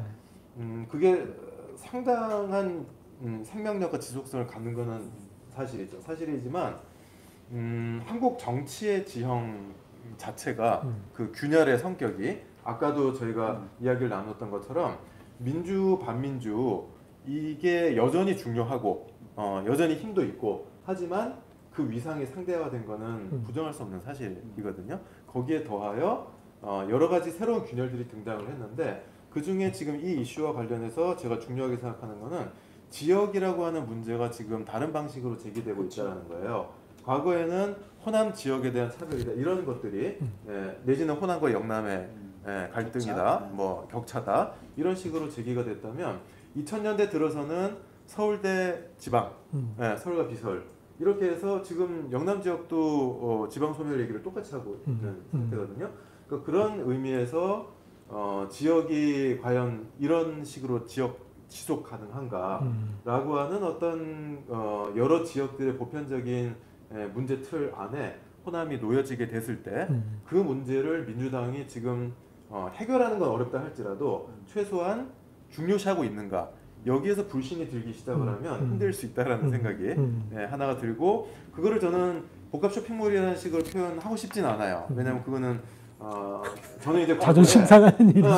저는 그거 관련 논문도 여러 개 썼었어요. 네. 광주 항쟁 당시에 나왔던 모든 전단지를 제가 다 분석을 하고 통계도 돌리고 해서 저의 결론은 뭐냐면은 지역적 정체성은 중심적인 것이 아니었고 광주 항쟁의 가장 중요한 정체성은 공화주의적이고 민주주의적인 정체성이 핵심이었다. 저는 이것이 호남과 민주당을 연결시켜온 이념적인 접속부였다고 저는 생각을 하거든요.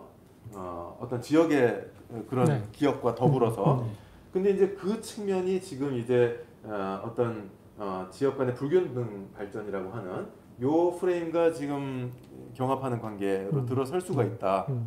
여기에서 만약에 보수 정당이나 신생 정치 세력이 민주당보다 이 문제를 더 적극적으로 대변하는 것처럼 보일 때 이거는 흔들릴 수 있다라는 생각이 하나가 드는 거고요. 이게 세대 문제하고도 이제 연결이 되는 게 이 점을 이제 간단히 얘기를 하자면 40년 동안 이어져 왔다고 말씀을 하셨는데 지금 호남 지역의 청년들에게 80년 광주항쟁은 40여 년 전 일이거든요. 그게 80년 광주항쟁 당시에 40여 년 전이 언제였느냐를 생각해 보면은 태평양 전쟁 하던 당시였어요. 그만큼 지금 청년들에게는 먼 과거라는 건데 지금 청년들에게는 그런 어떤 과거의 정치사적인 그런 기억들이 여전히 물론 전승이 되고 있겠지만 그들의 어떤 새로운 고민과 새로운 정치적인 욕구 이런 것들이 점점 더 많은 부분을 차지하게 되지 않을까 뭐 이런 거는 변할 수 있겠다 그런 생각도 들어요. 거의 뭐 1시간이 다 돼가고 있어서요. 금방 가네요, 시간이. 이 부분도 한번 얘기를 하고 싶은데, 그러니까 분배, 뭐 계급 정치라고도 할 수 있을 것 같고, 분배 뭐 이런 얘기인데요. 그러니까 뭐 노동 정치, 뭐 계급 정치 또는 분배를 둘러싼 뭐 얘기라고 하더라도, 어쨌든 한국에서는 사실 이 부분이 지금 뭔가 제대로 지금까지 제대로 정치에서 작동해 오지 못했다. 예를 들면 뭐 이런 이제 일각의 비판도 여전히 있는 거고요. 오히려 이런 이슈보다는 이제 소위 말하는 이제 검찰 개혁 뭐 이런 이제 소위 이제 민주화 이슈랄까요? 이런 이슈가 이제 주도하면서 이런 부분이 제대로 해소되고 있지 못하고 이게 여전히 조금 어려운 상황 아니냐. 이 부분에 대해서 뭐 책에도 적어 놓으셨지만 어떻게 좀 보시는지 좀 고민이 많습니다. 먼저 하시죠. 제가 먼저요. 그 지금 키워드를 뽑자면 계급 정치 내지는 뭐 계급 균열 이런 식으로 얘기를 할 수가 있을 건데요. 세 층으로 나눠서 생각을 해봤으면요. 가장 저변에 있는 것이 선거나 여론에서 유권자 배열이나 아니면 여론 응답의 배열이 계급에 따라 반응들이 나오는 거죠. 계급에 따른 유권자 배열. 예를 들면 저소득층이나 자산 하위 계층일수록 민주당이나 정의당을 더 찍는다든지 아니면 그 복지나 분배 이슈에 대해서 물어봤을 때 저소득층이거나 자산이 적거나 임대생활자일수록 적극적인 복지를 더 지지를 한다라든지 이런 식으로 나타나는 게 하나가 이제 계급 균열의 의미일 수 있겠죠. 그 위에 있는 것이 이와 같은 계급적인 사회 저변의 균열이 집단화되고 공론화되는 측면이거든요. 가장 위에 있는 것이 제도정치 행위자들이 계급적인 이슈에 대한 입장과 정책의 차이에 따라서 경쟁 구도가 형성되는. 요게 이제 가장 제도정치 영역까지 이제 이게 올라오게 되는 거죠. 요거를 따로따로 놓고 봤을 때 제가 연구를 해온 바로는 그리고 다른 많은 연구자들의 결과들을 제가 알고 있는 지식 내에서 봤을 때는 대략 2010년대 초반 정도 이후로 지금까지 그러니까 10년 정도 되는 거네요. 첫 번째는 꽤 있다. 예, 그리고 이거는 민주화 이후의 초유의 현상이다. 그렇죠. 예, 그리고 이게 IMF 이후에 2000년대 한국 사회의 구조적인 불평등의 심화가 약 10년 정도 더 지나서 2010년대부터 사람들의 의식으로까지 올라온 것이 아닌가 하는 생각이 들어요. 예, 그래서 이 측면에서 소득이나 직업의 설명력은 여전히 대단히 불안정한데요. 상당한 설명력을 보여주고 있는 것은 자산이에요. 예, 집하고는 또 다릅니다. 자산. 예, 그러니까 주거 측면에서 임대생활자라 하더라도 10억짜리 전세에 들어있는 사람이 있죠. 네. 예, 자기 집이 있더라도 농어촌에서 1억짜리 집, 자기 집이 있는 사람이 있고요. 그것 때문에 주거도 설명력이 있긴 한데 있는데 자산이 설명력이 제일 강합니다. 그래서 자산이 낮은 사람들은 진보적인 상대적으로 더 진보적인 정당을 지지하고 그리고 이런 노동이나 복지 이슈에서 더 진보적인 스탠스 입장을 취하는 경향이 있고 자산 상층, 초상층은 극우예요. 예, 그들의 계급 이익에 철저하다고 볼 수가 있는 것이고 그것이 저희가 많은 사람들이 이야기하듯이 의외로 태극기 집회에 잘 사는 사람이 많이 나와 있더라. 내가 아는 굉장히 돈 많은 사람이 태극기 들고 나가더라. 할 것 같지 않은 행동을 자기 계급 이익을 지키는 거예요. 예, 그런 경향이 나타나고 또 하나 설명력이 강한 게 뭐냐면 주관적인 계층의식이라고 이야기를 하는데요. 자기가 저소득층이라고 생각하냐 중산층이라고 생각하냐 이거에 따라서 한국 사회는 공정하다 불공정하다 응답이 딱 달라집니다. 예, 그러니까 이 측면에서 나타나기 때문에 한국 사람들의 의식이 한국인들은 평등을 싫어한다라든지 이런 식으로 가는 건 저는 합당하지 않다는 생각이 들거든요. 오히려 정치권에서 무책임하게 이거를 대변해내지 못하고 있는 것에 대한 면죄부를 주는 거라고 생각해요.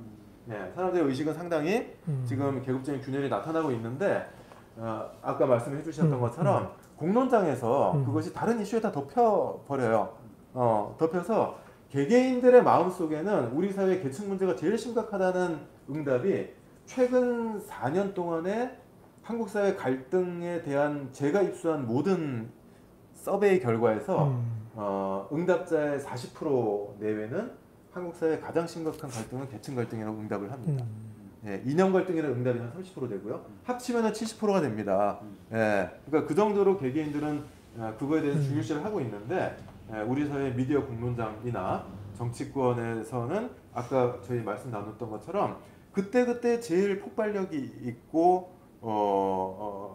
뭔가 사람들을 빠르게 흡입할 수 있을 것 같은 그런 갈등 이슈를 그때 계속 동원을 시키는 방식인 거죠. 예, 그래서 이것이 정치와 정책의 영역으로 올라오질 못하는 그런 문제가 지금 계속되고 있는 것 같아요. 사실은 제가 전에 2015년인가 썼던 논문에 87년 민주화 이후에 모든 선거 국면을 제가 다 분석을 한 적이 있어요. 선거를 앞두고 이번 선거에서 뭐가 제일 중요한 이슈라고 생각하냐 이 서베이 결과들 하고요. 선거 끝난 다음에 이번에 당선된 정권의 제일 중요한 국정과제가 뭐라고 생각하냐 이 인식조사에서 30년 동안 불평등 문제를 좀 해결을 해달라. 예, 부동산, 교육격차, 일자리 이거 나옵니다. 근데 그 어느 정권도 그쵸. 정책의 최우선 순위로 이거를 놓은 정권은 없었어요. 이게 커다란 괴리가 아닌가 생각합니다. 저도 비슷한 생각입니다만 2010년대 이후에 사실 어떤 분배 정책 가능성들이 보여졌던 게 사실이고 여기에는 사회 구조적인 조건들도 있지만 정치적인 조건 변화도 있었던 것 같아요. 그러니까 그런 분배 정치를 떠받쳐온 유력한 그 집단들이 이제 고학력의 30대, 40대 그리고 그러니까 이게 어떻게 보면은 이제 유권자 지형 자체가 그러니까 이명박 정권 초기에 뭐 촛불 집회나 이런 것들을 거치면서 반 이명박 정서로 결집을 했던 측면들도 있고 또 하나는 이제 정당 체제가 이제 민주당과 진보 정당의 어떤 그 상시적인 연합의 형태로 자리를 잡게 되는 이런 변화들이 있었고 또 하나는 담론 환경이 변했던 것 같아요. 2008년에 세계적인 금융위기를 겪으면서 이제 뭐 신자유주의의 이제 담론으로서의 신자유주의가 퇴조를 하고 현실과는 무관하게 그리고 복지 담론이 부활을 하고 또 하나는 이제 또 무시할 수 없는 게 이른바 정치 행위자의 측면 같은데 이른바 86세대 우리가 뭐 문제 많고 뭐 이렇게 욕을 하지만 어쨌든 어떤 그 리버럴 정당과 진보 정당의 상시적인 연합을 가능케 한 어떤 린치핀 역할을 한 것도 사실이고 복지 담론의 가장 또 강력한 지지층이었고 그런데 이제 이게 이제 시간이 지나면서 어느 정도 가능성의 싹을 보였지만 지금은 이제 이른바 그 당시에 만들어 막 싹트려고 했던 복지동맹 자체가 기반 자체가 굉장히 취약해진 게 아닌가. 뭐 유권자 지형도 변했고 또 정당 체제도 이제 네, 각자 갈 길 가고 있고 담론 환경도 보니까 이제 뭐 신자유주의 망한 줄 알았더니 다시 뭐 여전히 위력을 발휘하고 있고 복지 담론은 또 이제 약화되고 정치 세계에서 복지 담론이 약화되고 또 행위자 측면에서는 이른바 그 린치핀 역할을 했던 86세대가 주변화되고 이른바 탈헤게모니 집단화되고 이런 다양한 결과들이 그 조건들이 합쳐지면서 지금과 같은 상황이 된 게 아닌가. 그래서 계급 그 결과가 이제 구세력의 귀환, 윤석열 정권의 집권, 윤석열의 집권인데 이게 이 계급 정치를 되살려낼 에너지나 동력이나 전략 자체가 굉장히 취약하고 부재하기 때문에 결국에는 지금의 집권 초기에 이 그 보수 세력의 어떤 그 정치적인 무리수가 다수의 공분을 자아내면서 또다시 옛날과 같은 민주 대 반민주 구도, 반권위주의라고 하는 것들이 이제 이 정치적 반대 세력의 상징이나 담론으로 재소환되고 있는 게 아닌가 이런 생각을 해봅니다. 제가 아까 앞부분에서 얘기 나눴던 그 한국 사회의 갈등 구조가 점점 더 복잡하고 다중적으로 되어가는 그 문제하고도 참 관련이 되는 것 같거든요. 상당히 오래된 얘기지만 1986년에 울리히백의 우리말로는 위험사회라고 번역이 되어 있는 리스크 사회가 나온 게 86년이에요. 거기서 울리히백이 무슨 얘기를 했냐면은 사회 불평등은 점점 더 심해지는데 말하자면 정치가 해결해야 될 필요성 그런 의미에서의 계급과 불평등의 문제는 점점 더 심해지는데 집단으로서의 계급은 해체됩니다. 네, 불평등 문제를 해결할 그 대변 조직이 해체가 돼간다는 거예요. 정치적 대변이 더 이상 가능하지 않은 상황이라는 거죠. 그러니까 문제는 심각한데 그것에 정치적인 번역이 안 되는 상황이 왔다. 근데 지금 제가 생각해보면 놀라워요. 그걸 어떻게 86년에 앞에 펼쳐질 세계의 모습을 통찰할 수 있었을까 하는 생각이 드는 게 지금 한국에서도 불평등 계급적인 문제는 사실 해결되지 않았지 않습니까? 네. 정규직과 비정규직 저희가 이야기할 때 노조인사는 아닌 사람 그리고 대기업 종사자, 중소기업 종사자 뭐 여러 가지 이야기를 하는데 여러 겹의 지금 균열들이 교차가 가로지르고 있어요. 그래서 누가 말하자면은 내부자고 외부자인지 이걸 알 수가 없단 말이에요. 정규직인 사람이 전부 내부자는 아니고 전부 대기업도 아니고요. 네. 대기업인 사람이 전부 노조 있는 것도 아니고요. 뭔가 플러스인 사람이 마이너스가 있고 뭔가 마이너스인 사람이 플러스가 있는 복잡한 구도인 상태에서 정치가 표류하고 있다는 생각이 들어요. 그러다 보니까 윤석열 정부가 들어서서 지금 전략에 일관성이 있어요. 패턴이 뭐냐면 실제 하는 사회적인 균열들을 정치적으로 동원을 합니다. 이용을 해요. 그래서 정규직이 다 가져간다. 비정규직 착취한다. 라고 하면서 정규직을 공격을 합니다. 그럼 그 대신에 비정규직을 더 잘 해주는 건 아니에요. 그죠? 노조가 지금 다 가져간다 해서 노조를 공격을 한 다음에 그러면은 비노조인 사람한테 뭔가를 더 우호적인 정책을 하냐? 그것도 아니에요. 그죠? 그러니까는 사회 구성원들이 어떤 이런 여러 결의 균열을 가지고 서로 싸우게 만들므로써 자기 지지율을 올리는 그런 방식의 동원의 정치가 지금 전형적인 패턴으로 나타나는 것이 아닌가 그런 생각이 들어요. 네. 불평등이라는 이슈 자체가 정치적으로 소비되는 거죠. 거의 1시간 10분 정도 시간이 지나가지고요. 그 온라인으로 보고 계신 분들도 그렇고 현장에 계신 분들 아마 뭐 질문이나 의견 있으실 것 같거든요. 일단 현장에 계신 분들 중에서 이런 책 보시면서 들었던 질문도 좋고요. 뭐 의견도 좋고요. 있으시면 해주시죠. 온라인 계신 분들은 여기 댓글로 올려주시면 될 것 같습니다. 없으면 제가 해야 됩니다. 지금 생각하실 시간을 좀 드릴까요? 사실 윤석열 정부는 전 이제 노동조합, 노동운동 관심이 많으니까 정규직 이렇게 하면서 비판하고 노동시장 이중구조에서 내부자 문제다 이렇게 비판하지만 정작 가장 공격하는 거는 화물연대, 특수고용직, 예를 들면 건설노조, 건설 일용직. 그러니까 사실은 어떻게 보면 노동시장의 대표적인 외부자들에서 노동조합을 통해서 좀 이제 자기 보호를 이제 그나마 완성한 사실은 굉장히 정부가 적극적으로 이렇게 여러 가지 내부적인 문제가 없는 건 아니지만 큰 틀에서 보면 정부가 적극적으로 그렇게 이제 이렇게 뭐랄까요? 그렇게 가야 되는 양성해야 될까요? 하여튼 적극적으로 좀 촉진해야 되는 대상자들을 집중적으로 또 이제 공격하고 그렇죠. 있거든요. 저는 굉장히 이제 모순적인 상황이다 이렇게 보여요.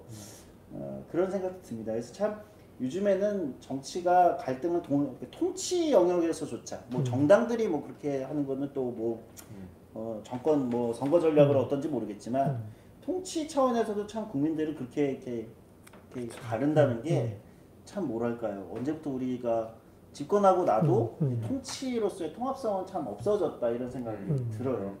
솔직히 말하면 저는 이제 문재인 정부도 그러면서 좀 개인적으로 굉장히 비판적으로 그렇죠. 좀 보는 측면이 있는데 고민이 많이 들더라고요. 그러니까 저희 아까 청년 담론 얘기할 때도 비슷한 맥락이 있었던 것 같은데요. 큰 흐름이 있는 것 같아요. 청년 그리고 불평등, 불공정 이런 것들이 있지 않습니까? 이게 사회를 개혁하고 뭔가 진보시키는 그런 담론들로서 과거에는 억압이 됐잖아요. 불평등을 말하면 간첩이라고 그랬단 말이에요. 빨갱이라고 그러고. 근데 이것이 사회에 이제 상당히 널리 받아들여지고 확산이 된 가운데에 정치 권력들이 이와 같은 의제들, 담론들을 어떻게 요리해서 자기 걸로 만들 수 있을 것인지에 스킬을 점점 더 터득해가고 있는 것이 아닌가 그런 생각이 들어요. 정치 기술적으로는 어마어마하게 다들 각 정당들이 고수가 됐는데 감각이 생긴 거죠. 근데 과연 전체 사회에 좋은 정치인지는 정치는 점점 오히려 이제 나빠지는 그런 아이러니가 있는 것 같습니다. 온라인에 질문 올려주신 분 있는데요. 정치가 분배 담론에서 윤석열 정부를 겪으면서 민주대 반민주 구도로 회귀하는 것 같다고 말씀하셨는데요. 그렇다면 다음 총선에서 총선 때 민주당이 유리해질까요? 다음 총선 담론이나 시대 정신이 무엇일지 판세가 어떨지 세 분의 의견 궁금합니다 했는데 이제 두 분의 의견만 저는 빼고 이제 들어보도록 하겠습니다. 저는 빼고 정치부 기자 그러니까요. 정치부 현장 기자 생활을 그만둔 지가 거의 한 5년이 넘어서 저도 어떻게 될지는 잘 모르겠네요. 저도 지금 부서는 정치부하고 무관한 부서에 있어가지고 총선 전망도 어떻게 될지 모르겠는데. 말씀 듣겠습니다. 네. 피해 가시려고. 잘 모르겠어요, 솔직히. 궁금하네요. 그러니까 사실 총선 중요한 선거를 앞두고는 정치 지형이 확 변하잖아요.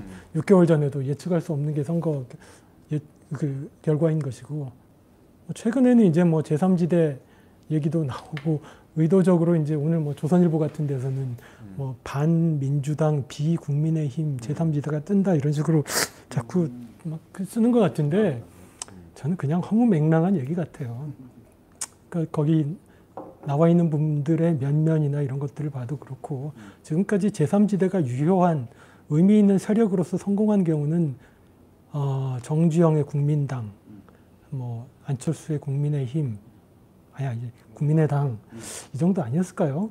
예, 근데 그게 이제 자민련이 있었군요. 자민련, 김종필의 자민련. 근데 공통점을 보면은 대선 주자가 있었고 지역 기반이 있었고, 근데 지금 뭐 제3지대의 그 이른바 깃발을 든 분들의 면면을 보면 두 가지 다 결핍하고 있는데 그분들이 뭘 할 수 있을까? 그러니까 이른바 민주당이 분열되는 시나리오도 한번 상상을 해볼 수도 있을 것 같은데 그게 잘 모르겠어요. 그러니까 그렇게 될 것 같지는 않고 어쨌든 선거 결과는 그때 가봐야 알 것 같습니다. 예측하기가 너무 힘들어서. 네. 구도는 민주대 반민주 구도를 약간 회귀하고 네, 있는 거 아니냐 지금 이슈들이 갈등의 동원이 양쪽이 그렇죠. 네. 이렇게 하고 있는데 이거는 어떻게 보십니까? 그러니까 뭐 사실 총선 판세보다는 이런 구도로의 회귀가 과연 이제 우리가 아까 책에서도 쓰셨고 이제 우리가 토론했듯이 과연 사회에 긍정적인 상황이니까 물론 어쩔 수 없이 또 그런 구도로 가야만 되는 상황이 있을 수도 있을지 모르겠는데. 그러니까 두 개의 전략이 상충하는 것, 그러니까 지금 경쟁을 하고 있는 것 같아요. 이른바 리버럴 정당에서는 민주대 반민주 구도로 가고 싶어 하고, 그렇죠. 국민의힘이나 이 집권 세력은 뭐 공정 대 불공정, 특권 세력 대 일반 선량한 국민 이런 식으로 갈라치기를 하려고 하는 것 같고, 서로의 이제 담론과 전략들이 이제 경쟁을 해서 어떤 담론과 전략이 이길지는 잘 좀 지켜봐야 될 것 같아요. 네. 어쨌든 지켜봐야 될 것 같다. 네. 근데 아까 하셨던 민주대 반민주 구도 관련해서 불평등의 문제나 이런 문제들이 긴급함에도 불구하고 문재인 정부 기간 때도 이런 민주 반민주 구도가 다시금 또 더 강화되는 그렇죠. 것 같은 인상이 있어 이런 말씀도 하셨잖아요. 지금도 이제 그 비슷한 측면이 있는데 정치 상황 대단히 다르지만 그런 면이 있는 것 같아요. 그러니까 한국 사회에서 이 민주주의라는 문제가 민주화 이후에 독재 붕괴 이후에 해결되지 않고 권위주의의 유산이 질기게 남아 있지 않습니까? 권위주의적인 정치 스타일과 이런 것들이 계속 다시 살아나고 탄핵이 되고도 또 살아나고 이게 뭐냐면 그 다음 단계로 우리 사회가 나아가지 못하게끔 계속 발목을 잡고 있는 부분들인 것 같아요. 네, 그러니까 현실에서 그와 같은 권위주의적인 행태나 이런 것들이 등장을 하면 유권자들 중에서 그거에 즉각적으로 반응하는 사람들이 많이 생기게 되는 거거든요. 그러다 보면 이제 다른 이슈들이 또 이렇게 내려가게 되는 거죠. 네, 그러니까 민주화 이후에 민주주의적인 방식으로 해결해야 되는 여러 가지 사회적인 문제들이 새롭게 부상을 하지 못하고 여전히 민주주의의 문제를 가지고 우리 사회가 씨름해야 되는 상황이 좀 지속된다는 게 안타까운 현실인 것 같습니다. 또 질문 올라왔는데요. 사실 아까 이제 포퓰리즘이나 우리가 뭐 팬덤 정치 책에 있는 부분도 그렇고 뭐 여러 가지 다룰 때 지금 이제 다루고 있는 이제 갈등을 다루는 문제도 그렇고 사실 이제 정당들이 건강해야 되는데 뭐 꼭 다당제해야 된다 이런 말은 아니고 어떻게 보면은 정당들의 붕괴에서 일어나는 현상은 아닐까? 이런 팬덤 정치, 포퓰리즘 뭐 이런 것들이 그러니까 정당들이 굉장히 스스로의 책임성 또는 뭐 조직적 어떤 장악력, 대중적 기반, 사회적 기반 이런 것들을 상실하면서 발생하는 문제 아닙니까? 그러니까 정당들이 좀 건강해지려면 어떤 게 필요할까? 이런 질문 비슷한 거였습니다. 하여튼 해주셨는데요. 어떻게 보시나요? 정당들이 건강해진다는 게 사실 어떤 의미인지 잘 모르겠어요. 저도 이제 책에서 썼지만 젊었을 때는 정당 내 민주주의가 굉장히 중요하다고 생각을 했고 그래서 이제 브레이트 시도 인용하고 했었는데 과연 그게 정답일까라는 생각이 갈수록 자신도 없고 그러니까 박상호 박사 같은 사람은 그는 뭐 정당 내 민주주의는 뭘 해도 관심 없다 약간 그렇죠. 극단적으로 얘기하긴 하는데요. 사르토리나 이런 정치 현실주의자들이 이제 민주주의는 정당 사이에서 만들어지는 거지 정당 내부의 것이 만들어지는 게 아니다. 그런 얘기를 네. 깜짝 놀랐었어요. 네. 근데 어쨌든 지금의 이제 민주당 상황을 보면 한참 뭐 대의원제를 없애는 문제를 네. 가지고 이제 굉장히 갈등이 심각하고, 그러니까 정당 내 민주주의가 여전히 또 중요한 정치적 갈등의 어떤 그 지점들이 되고 있는 것 같아요. 근데 저도 사실 근데 박사훈 박사님의 의견에 갈수록 이제 좀 기울어지는 편인데, 아니 그 사실 뭐 정의당과 민주당이 똑같을 필요는 없다는 생각이 들어요. 정의당은 여전히 정당 내 민주주의가 중요하고 가치와 이념이 중요한 정당에서는 정당 내 민주주의, 당원의 어떤 그 역할과 기능들이 강조돼야죠. 하지만 정말 선거에서 당장 집권을 하려고 하는 세력들은, 정당은 같을 필요가 없을 것 같아요. 네, 그런 점에서 전 정당이 건강해진다는 게 또 어떤 의미인지는 잘 모르겠습니다. 솔직히 이야기하면. 네.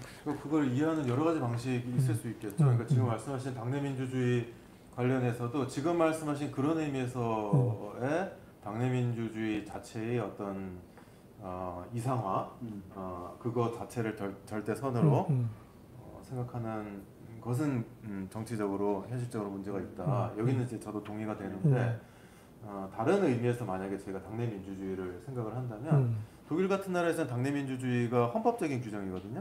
당내 민주주의가 훼손된 걸로 헌법재판소에서 판명이 나면 정당 해산도 가능합니다.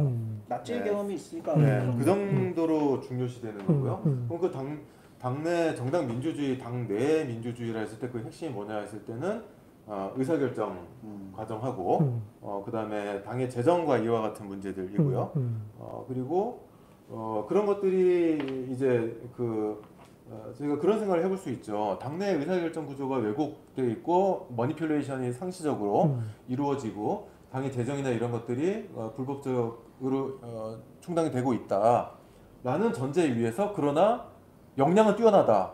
이걸 상상할 수 있는가? 저는 그것도 판타지라고 생각을 해요. 예, 그러니까 여러 면에서 부패하고 투명하지 않은 집단이 하지만 우리 사회 전체에 대한 책임 의식은 탁월하다. 이런 일은 일어나지 않거든요. 예, 그러니까 그런 의미에서의 당내 민주주의가 우리 사회에서 민주화 이후에 30여 년이 지났음에도 불구하고 여전히 너무나 진척이 없다라는 쪽으로 저는 접근할 수 있지 않나 하는 생각이 들고, 아마도 많은 분들이 그런 생각을 하고 계실 것 같기도 한데, 한국 사회에 참 여러 면에서 이 광속의 변화들이 있지 않습니까? 너무 빨라요. 네, 굉장히 많은 변화가 있고, 지금 그 젊으신 분들 봤을 때는 지금 이 급변하고 있는 세계 환경에 적응을 하면서 카파가 정말 뛰어나시거든요. 근데 이 사회에 가장 능력 없고 이런 집단들이 정치 영역으로 흘러든다고 생각하고 있는 많은 사람들이 있어요. 예, 그런 인식을 갖고 있다면 정치적인 결정이 권위를 가질 수가 없겠죠. 예, 그래서 저는 그런 어떤 직업적인 정치인 집단이 어떤 방식으로 리크루트가 그러니까 이 모집이 되고 충원이 되느냐, 그리고 그 안에서 어떻게 성장해 갈 수 있느냐, 직업적인 정치 집단으로서 이런 것들도 상당히 중요한 과제가 아닐까 그런 생각이 들어요. 네. 슈레더 같은 사람이 30살에 독일 3인당 전국 청년위원회 위원장이었지 않습니까? 네. 10대 때부터 정치를 시작을 했는데 우리 사회는 의석 한번 늘어나면은 어디서 왔는지 알 수 없는 사람들이 갑자기 국회에 오는. 또 질문 올려주신 분이 계셔가지고, 근데 현장에서 혹시 질문 지금 이제 이 사이에 질문 정리하셔야겠다 계신가요? 네, 먼저 하시죠. 말씀드리겠고요. 예. 그 한국 정치 리부트 안에 그 키워드 중에 지방자치라는 의제는 없던데 혹시 뭐 그게 제외된 특별한 이유가 있으신지 궁금합니다.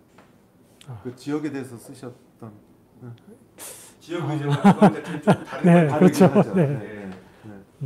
그래서 그 부분을 조금 왜냐하면 전국의 지방의회와 단체장들이 수천 명이 되는데 이 지방자치에 대한 의제 자체가 아예 다뤄지지 않은 거에 대해서는 궁금해서요, 좀. 그러니까 제가 사실 지금 있는 부서가 이제 전국부라고 해서 그 지방자치를 다루긴 하는데 제가 책을 쓸 때만 해도 거기에 대한 고민이 깊지를 못해가지고 어쨌든 그러니까 풀뿌리 민주주의의 중요성에 대해서 계속 강조는 해왔지만 사실 또 정치부 기자들은 잘 몰라요. 지방자치가 지방의회가 어떻게 굴러가는지 또 집행부와 지방의회 관계가 어떻게 설정이 되고 움직여가는지에 대해서 그래서 앞으로 좀 고민을 하고 잘 지켜보려고 하고 있습니다. 네. 그러니까 저희 논의를 하기도 했었어요. 네, 그리고 제 휴대폰에는 그 원고를 써놓은 것도 있는데 지금 말씀하신 그 지방 정치에 관한 내용하고 그다음에 주민자치 이건 또 다른 영역이죠. 네. 주민자치 영역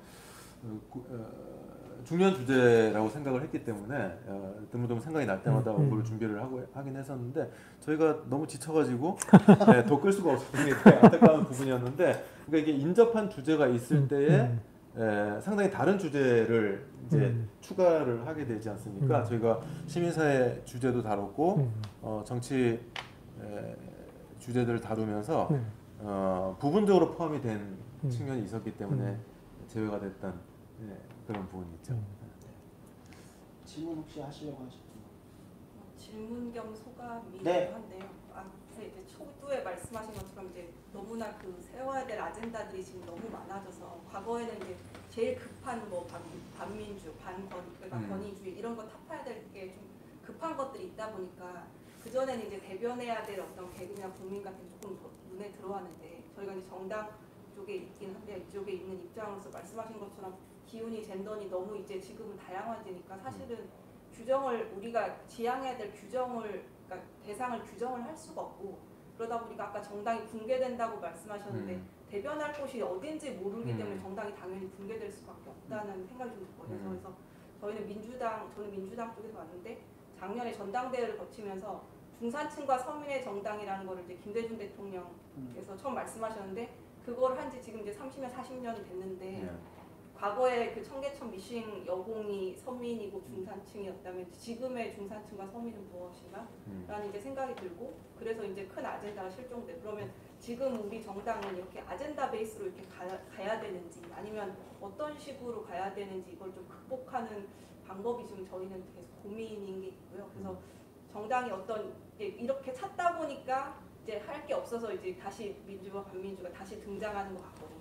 할 게 없다 그래서 정당이 이렇게 정의당은 좀 다를 수 있는데 민주당 같은 경우는 어떤 이런 아젠다 베이스로 앞으로 향해 갈 수밖에 없는지 내지는 그렇게 해도 될 것 같은지 뭔가 그런 느낌들이 좀 의견을 좀 말씀해 주셨으면 좋겠고 아까 되게 마이너한 이슈긴 한데 그 호남 부분이 이제 조금 수도권과 그 비수도권으로 이렇게 좀 균열이 재편된다는 부분에 대해서 마이너한 이슈지만 좀 공감이 됐던 게 최근에 산업은행을 이제 서울에서 부산으로 이전하는 이슈에 대해서 이게 과거 같으면 왜 부산에 다 이렇게 좋은데 몰빵하냐 이렇게 볼 수도 있지만 최근에는 이제 호남 쪽이나 이쪽에 있는 의원님들도 이건 균형 발전을 위해서는 좀 부산이 됐든 어디 됐든 일단 내려가는 게 좋지 않느냐 약간 이런 이제 논의도 좀 있거든요. 그래서 그런 게 되게 조금 상징적으로 영호남의 구도보다는 수도권과 비수도권의 어떤 이슈가 좀 균열이 좀 양상이 달라지는 이런 부분에 대해서도 좀 생각을 하게 됐습니다.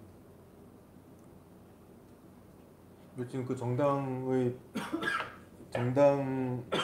관점에서 굉장히 어려운 현실 그 부분 굉장히 이해가 잘 되고요. 말씀을 들으면서 제가 사실 며칠 전에 한국사역회 대회에서 제가 발표를 할 때 이 주제를 가지고 발표를 했었거든요. 이게 다중 균열이죠. 교차하는 그런 다중적인 균열이 있는 상태에서 도대체 정치적 대변이라는 게 뭐냐, 가능하냐, 모르겠어요 사실. 지금 그리고 아까 말씀을 잘 해주신 것처럼 세계적인 보편적인 현상이기 때문에 소유럽 같은 데서도 2010년대 이후로 극우 정당이 집권 정부에 참여를 안 한 나라가 스페인 하나밖에 없지 않습니까? 그만큼 기존의 정당 시스템이 많이 동요를 하고 있다라는 뜻인데요. 정말 그게 그럼 앞으로의 정당의 모습은 어떤 것이어야 할 거냐? 이게 참 큰 질문인 것 같고요. 제가 전에 한번 계산을 해봤어요. 예를 들면 비정규직이고 청년이고 페미니스트다. 우리가 얘기하는 사회의 어떤 세대적인 또 젠더적인 또 경제적인 모든 면에서 뭔가 어떤 불평등 구조의 어떤 담지자 위치에 있는 사람이 몇 프로나 될까 해봤더니 성인 인구 중에서 2% 내외 정도밖에 안 되더라고요. 예, 그 얘기는 뭐냐 하면은 하나의 모든 그런 사회의 그 불평등이나 갈등에서 우리 정당은 비정규직도 대변하고 페미니즘도 대변하고 그 다음에 임대생활자도 대변하고 지역도 대변하고 이런 쪽으로만 다 대변한다고 하는 게 그게 진보적인 정당은 아니라는 거죠. 예, 그런 식으로 나갈 때는 그 정당은 점점 쪼그라들 수밖에 없는 거고요. 그러니까 이렇게 교차하는 사회 갈등과 격차들이 있는데 이걸 어떻게 정치라고 하는 그런 장 안에서 이걸 풀어갈 수 있는 어떤 종합적인 비전을 만들어낼 수 있을 것이냐. 그래서 상당히 어렵죠. 그죠? 어려운 예술의 작업인 것 같기도 하고요.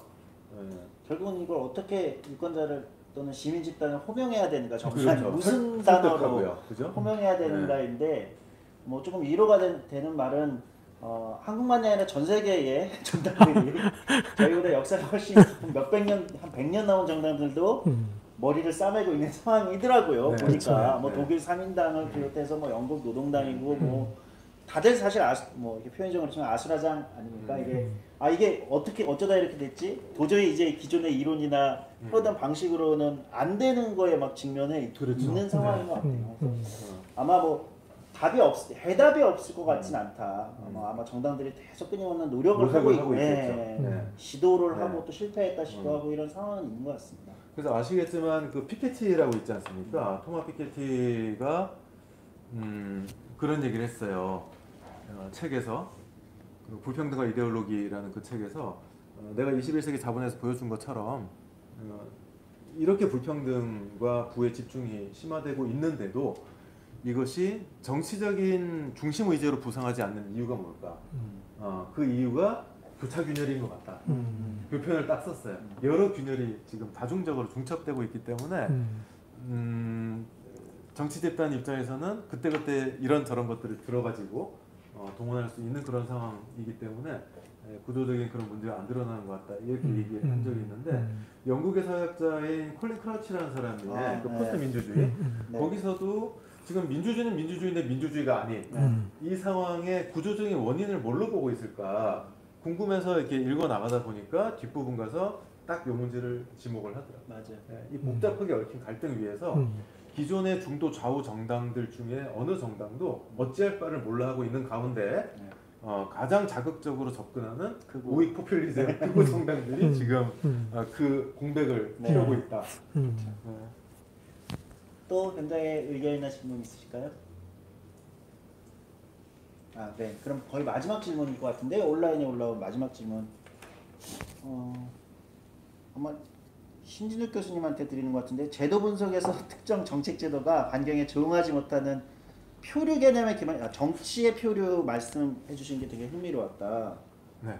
정치가 이제 하여튼 정치의 표류에 대해서 약간 부연 설명 같은 거를 좀 해주셨으면 좋겠다. 정치가 어쨌든 이 개념에 대해서 이렇게 쓰셨네요. 그 누가 질문을 하셨는지 모르지만 표류라는 거는 제도 연구, 정책 연구에서 굉장히 중요한 개념이거든요. 제가 그냥 슥 지나가는 말로 살짝 얘기를 했는데 그거를 딱 들으시고 질문을 해주셨네요. 그러니까 제도나 정책 패러다임이라고도 얘기를 하고 제도라고 얘기를 한다면은 그게 과거에는 어떤 결정적 국면에서 큰 변화가 일어나는 그런 일반적으로는 외적인 충격, 뭐 IMF라든지 세계 경제 위기라든지 전쟁이라든지 이런 충격으로 기존의 제도의 틀들이 한번 확 흔들리잖아요. 그러면은 새로운 경로가 이렇게 잡히는데 한번 일단 첫 단추를 깨고 나면은 그 다음부터는 내적인 어떤 그런 다이내믹을 통해서 이게 좀처럼 바뀌지 않고 경로가 계속 지속된다라는 그런 관념이 많이 있었어요. 근데 최근에 들어서 2000년대 들어서 많은 학자들이 부분적이거나 점진적으로 제도가 이렇게 다양한 방식으로 조금씩 변하는 그런 측면들이 되게 많이 있다. 그런 몇 가지 유형 중에 하나로 표류를 언급을 한 거거든요. 그러니까 그 유형들이 예를 들자면 기존에 있던 제도인데 지금 다른 용도로 그 제도가 이용이 돼 그런 변화도 있을 수가 있고요. 그리고 이제 표류라고 했을 때는 제도가 적용이 되어야 할 사회 환경은 급변했는데 제도는 변하지 않은 채로 둥둥둥둥 떠 있는 거예요. 어디로 갈지 모르고 둥둥 떠 있는데 이게 많은 경우에는 뭐 때문에 이 표류가 생기냐 하면은 제도와 정책을 바꿀 수 있는 중요한 플레이어들, 정책 결정자들이 현상 유지를 선호할 때 그럴 때 제도가 어느 쪽이 집권하건 간에 결국은 별로 안 변한 채로 남아있게 되는 경우가 있다는 거죠. 그거를 이제 표류라고 이야기를 하는데 제가 이제 얼마 전에 발표를 했다는 제 최근 연구가 이거에 대한 거예요. 왜 표류를 하냐? 이거에 대한 설명이 부족하다. 이걸 설명을 좀 하고 싶은데 제가 지금 생각했을 때 하나의 중요한 가설은 아까 이야기 나눴던 그런 부분들이죠. 그러니까 사회의 균형과 갈등이 그 바우만이 이야기했던 것처럼 액화되고 있지 않습니까? 점점 이렇게 유동화되고 요 사회 집단은 레프트고 저 사회 집단은 라이트다 이게 더 이상 아니라 이때는 이 사람이 우리 편인 것 같았는데 또 다른 이슈가 발생을 하니까 얘는 내 적이었어 알고 봤더니 이런 식으로 지금 유동을 하게 되는 거예요. 그러다 보니까 정치적 대변이라는 것이 더 이상 상상하기 힘든 어떤 것이 되어가면서 기존의 제도를 뭔가 의미 있는 방식으로 변화시키기 위한 노력을 어느 정당도 하지 않고 지지율 관리를 하는데 더 집착을 하게 되는 거죠. 이게 제가 개인적인 인상으로는 문재인 정부 5년의 아주 특징적인 거였다는 생각이 들거든요. 어떤 측면에서 전향적인 노력을 한 부분도 있었지만 많은 부분에서 여론을 건드릴 만한 갈등을 촉발시킬 만한 어떤 시도도 하지 않았다라는 평이 굉장히 많이 있었습니다. 근데 지금 윤석열 정부에 와서는 마찬가지라는 생각이 드는데 여기 뭐 나쁜 놈이 있고 저기 나쁜 놈이 있고 이렇게 이야기하면서 하지만 사실 곰곰이 들여다보면은 대통령 국정 수행 긍정 평가율을 5% 올리는 게 최대의 목적인 거예요. 그거를 위해서 여기서 이 사람을 희생양으로 만들고 저기서는 페미니스트를 희생양으로 만들고 이런 식으로 가는 가운데에 한국 사회 문제를 해결하기 위한 실질적인 제도적인 변화는 어느 정권에서도 제대로 이루어지지 않은 채로 계속 떠 있게 되는 그게 지속이 되는 거죠. 어떻게 이걸 극복할 수 있을까요? 조성주 대표님께서 고민을 하셔야 될 텐데. 할 수 있었으면 뭐 지금 여기 안 있겠죠. 1시간 35분 정도 시간이 꽤 많이 금방 지나갔습니다. 그래서 예정된 시간이 다 돼서 이제 마무리를 해야 될 것 같은데요. 사실은 한국 정치 이 책 자체가 거의 한국 정치의 지금 쟁점이 될 만한 키워드 대부분을 다루고 있는 책이어서 이렇게 1시간 반의 토크 이야기로 아마 다 담기는 솔직히 이제 어려운 시간입니다. 그럼에도 불구하고 오늘 이제 굉장히 이제 흥미진진한 또 문제의식들 던져주셔서 너무 감사드리다는 말씀 드리고요. 마지막 인사 두 분 하시면 마무리하도록 하겠습니다. 네. 먼저 하세요. 네. 네, 경청해 주셔서 감사합니다. 앞으로 많은 정치 일정과 사건들이 기다리고 있을 텐데요. 부족하지만 저희 두 사람이 쓴 책이 어떤 길잡이 역할을 지도와 나침판이 좀 되어줄 수 있었으면 좋겠습니다. 네. 네, 저도 같은 마음인데요.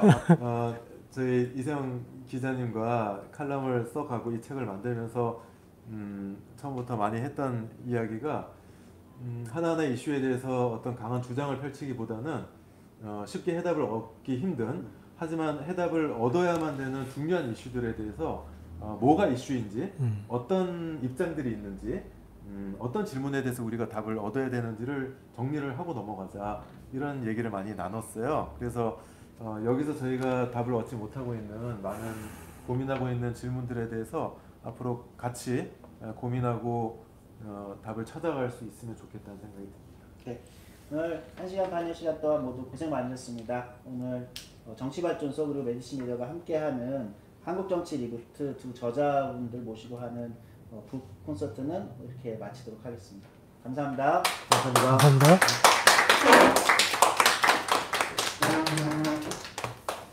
아이고.